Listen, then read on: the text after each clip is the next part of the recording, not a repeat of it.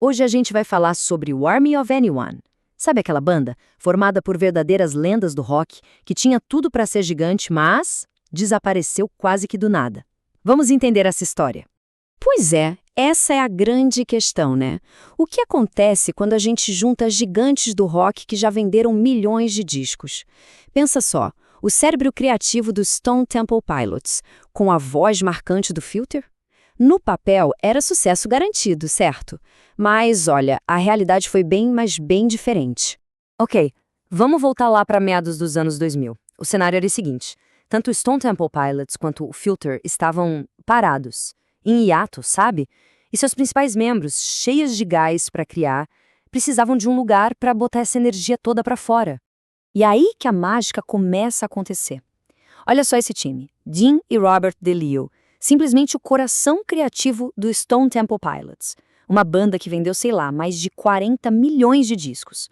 Aí chega o Richard Patrick, a voz e o cara por trás do Filter, de hits como Hey Mesh, I Shot, e na bateria, um monstro, Ray Luzier, que depois, todo mundo sabe, foi pro Korn.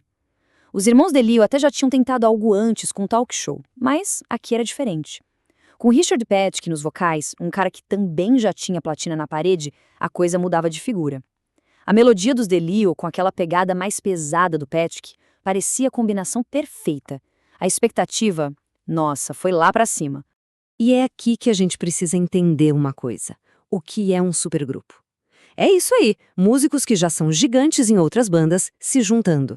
E o problema, ou a bênção, é que esse rótulo vem com uma pressão absurda. Ninguém esperava só um disquinho bom, não. A galera e a indústria esperavam um clássico, algo que marcasse a década, que fizesse jus ao nome de cada um deles. Beleza, time montado. O que eles fazem? Vão pro estúdio. E a expectativa era palpável, sabe? Todo mundo de olho. Eles pegaram toda aquela experiência, décadas de rock nas costas, e focaram tudo num único objetivo: fazer o álbum de estreia. Um disco que, na cabeça de todo mundo, ia ser um divisor de águas. E o processo foi esse aí, ó. Entre 2005 e 2006, eles se juntam e gravam o disco. Em novembro de 2006, o álbum auto-intitulado Army of Anyone é lançado. Logo depois, no fim do ano, o primeiro single, Goodbye, vai para as rádios.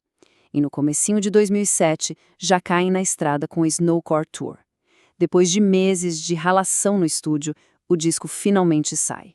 E o primeiro single, nossa, o impacto foi instantâneo, foi forte. Por um instante, parecia que tudo aquilo que esperavam deles ia acontecer de verdade. E não era pouca coisa, não. O sucesso no começo foi bem real. Goodbye, o primeiro single, chegou no 3º lugar da parada de rock da Billboard. Isso é gigante! A música não era só uma música qualquer, virou um hino que tocou sem parar nas rádios. Era a prova de que aquela mistura do som do STP com o do Filter tinha dado muito, mas muito certo. Pois é, mas é exatamente aqui que a história começa a virar. De um jeito que ninguém esperava. Todo aquele sucesso do single, toda aquela força, simplesmente não se transferiu para o álbum. Eles tinham um hit tocando em todo lugar, mas o disco completo, coitado, estava ali na prateleira sofrendo para achar quem o levasse para casa. E esse gráfico aqui mostra tudo. Goodbye bateu lá no número 3. Aí veio o segundo single, Father Figure, e amargou a posição 31. Percebe a queda? É bizarro. Todo aquele embalo inicial que parecia que ia levar a banda para o topo, simplesmente sumiu, desapareceu. E sem esse fôlego, fica difícil se manter relevante. Isso aqui é o que a gente pode chamar de o paradoxo do supergrupo. A expectativa era membros de bandas multiplatinadas. A realidade, o álbum chegou só em 56º na Billboard. Eles tinham um hit top 3 no rádio, mas o álbum vendeu míseras 88 mil cópias até 2010. A crítica até gostou, mas comercialmente foi um fracasso. É um contraste gritante. Para caras acostumados a vender milhões de discos, vender menos de 90 mil foi com certeza um balde de água fria.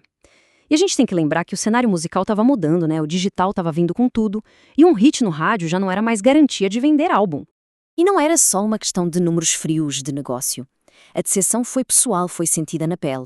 O próprio Dean DeLeo disse isso com todas as letras. Ficámos todos desapontados por aquele álbum não ter feito o que pensávamos que faria. Foi uma grande desilusão para todos nós. Dá para sentir o peso, né? Foi um golpe duro para eles. E aí, sem o sucesso comercial para bancar a coisa toda, o que acontece? A banda termina a turnê que tinha que fazer, lá por meados de 2007, e cada um vai por o seu canto. Na miúda, sabe? Sem anúncio oficial, sem drama. O projeto só parou de existir. E para onde eles foram?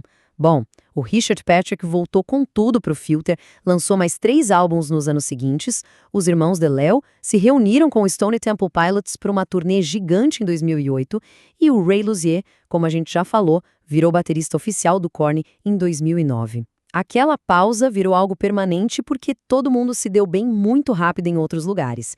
Isso só mostra que talento não faltava, né? O que torna o destino do Army of Anyone ainda mais um caso de timing ruim, talvez? E então, o que sobrou disso tudo? Qual o legado desse supergrupo que durou tão pouco? A história acabou mesmo? O que fica é um disco. Um ótimo disco, na verdade. E aquela pergunta que não quer calar. E se tivesse dado certo? O mais curioso é que, apesar de estarem parados desde 2007, eles nunca fecharam a porta de vez. Em várias entrevistas, todos eles já falaram que topariam fazer um segundo álbum se as agendas um dia batessem.